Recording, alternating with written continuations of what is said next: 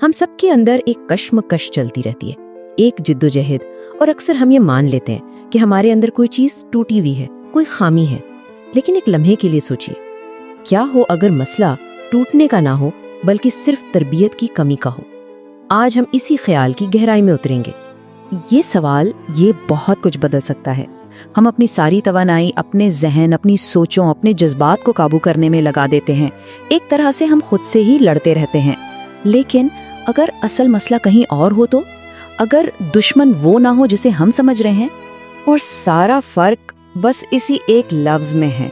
जब हम खुद को टूटा हुआ समझते हैं तो एक बेबसी छा जाती है, जैसे उम्मीद खत्म हो गई हो। लेकिन गैर तरबियत याफ्ता, इस लफ्ज में उम्मीद है। इसका मतलब है कि ताकत पैदा की जा सकती है, सलाहियत तो मौजूद है, बस उसे निखारना बाकी है। ये सिर्फ अल्फाज का फर्क नहीं, ये पूरी सोच की तब्दीली है। तो फिर इस मसले की जड़ क्या है? आजकल हम जो एक अंदरूनी बेचैनी और अफरा तफरी महसूस करते हैं, उसका जवाब एक बहुत ही कदीम तस्वुर में छुपा हुआ है।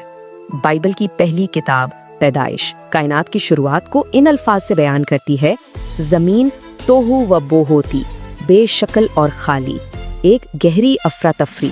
ये सिर्फ एक सयारे की हालत नहीं थी, ये इंसानी रूह की तस्वीर भी है जब वो अपने मरकज से दूर हो।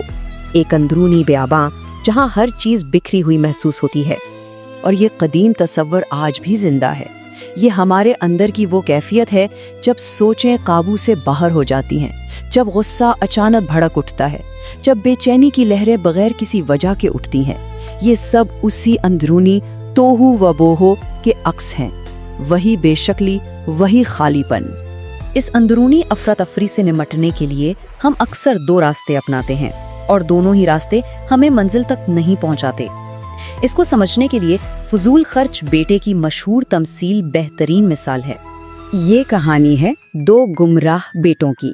छोटा बेटा घर से भागकर बगावत और अय्याशी में अपना खालीपन भरने की कोशिश करता है।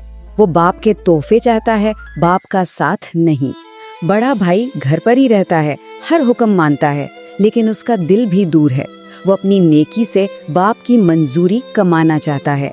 उसकी खिदमत मोहब्बत नहीं, एक सौदा है। दोनों ही अपने बाप के दिल से कोसों दूर हैं। ये बात सीधी दिल में उतरती है।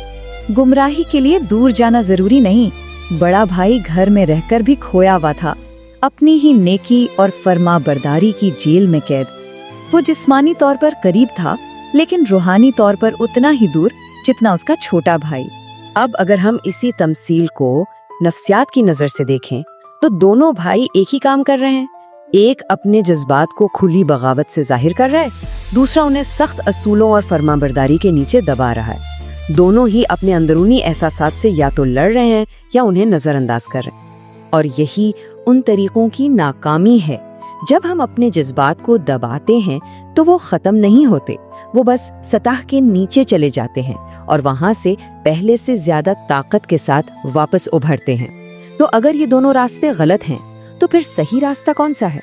असल रास्ता ताकत या दबाव का नहीं है, ये इसके बिल्कुल बरअक्स है। ये आगाही का और ठहराव का रास्ता है। हम समझते हैं कि कंट्रोल का मतलब है जज्बात को जकड़ लेना, लेकिन हकीकी ताकत उसके उलट है। ये किसी वाक़े और उस पर हमारे रद्दे अमल के दरमियान एक छोटा सा वक्फा पैदा करने की सलाहियत है। ये लम्हा हमेशा मौजूद होता है। किसी की बात चुभती है, कोई चीज मायूस करती है और एक सिग्नल हमारे अंदर दौड़ जाता है। हम में से ज्यादातर लोग इस सिग्नल को एक हुक्म समझकर फौरन रद्दे अमल दे देते हैं, लेकिन ये हुक्म नहीं है, ये सिर्फ मालूमात है। इस लम्हे को पहचानना ही पहला कदम है, और इस लम्हे को पकड़ने का तरीका नाकाबिल यकीन हद तक सादा है। बस अपने अंदर इस एहसास को तस्लीम करना, बगैर किसी फैसले के। जिस लम्हे आप ये कहते हैं, अच्छा मेरे अंदर किसी चीज ने रद्द अमल जाहिर किया है, उसी लम्हे आप उस रद्द अमल के गुलाम नहीं रहते, आप उसके गवाह बन जाते हैं। जब आप इस रद्द अमल को देख लेते हैं तो अगला कदम दिमाग से नहीं बल्कि जिस्म से उठाया जाता है। हम अक्सर अपने जहन को सोच से पुरसुकून करने की कोशिश करते हैं, लेकिन एक कहीं ज्यादा तेज और मौसर रास्ता मौजूद है। ये एक गहरी हकीकत है। जब जज्बात की आंधी चल रही हो तो मंतिक और दलील काम नहीं करती, लेकिन हमारा जिस्म और दिमाग एक दूसरे से जुड़े हैं। اگر آپ پہلے اپنے جسم کو پرسکون کر لیں تو ذہن خود بخود اس کے پیچھے چلا آتا ہے۔ تو یہ ہے وہ عملی راستہ۔ پہلا قدم محسوس کریں، دوسرا توقف کریں، ایک لمحے کا وقفہ لیں، تیسرا جسم کو پرسکون کریں، اپنی سانس کی رفتار کو آہستہ کریں، اپنے کندھوں کو ڈھیلا چھوڑ دیں، اور جیسے ہی آپ یہ کرتے ہیں چوتھا اور سب سے اہم قدم خود سامنے آ جاتا ہے، انتخاب کی آزادی۔ اب آپ خودکار رد عمل دینے کے بجائے سوچ سمجھ کر فیصلہ کر سکتے ہیں۔ یہ عملی اقدامات ہمیں واپس ایک گہرے روحانی سچ کی طرف لے آتے ہیں۔ یہ سچ فضل کا ہے اور مسلسل بحالی کے عمل کا۔ فضول خرچ بیٹے کی کہانی کی سب سے طاقتور تصویر وہ ہے جب باپ اپنے میلے کچیلے بیٹے کو دور سے دیکھ کر اس کی طرف دوڑتا ہے۔ وہ انتظار نہیں کرتا کہ بیٹا پہلے خود کو صاف کرے، اپنی غلطیوں کا ازالہ کرے۔ محبت تمام شرائط سے پہلے پہنچ جاتی ہے۔ بحالی ایک تحفہ ہے جسے ہم کماتے نہیں، قبول کرتے ہیں۔ یہی اصول ہمیں یوسف کی کہانی میں بھی نظر آتا ہے۔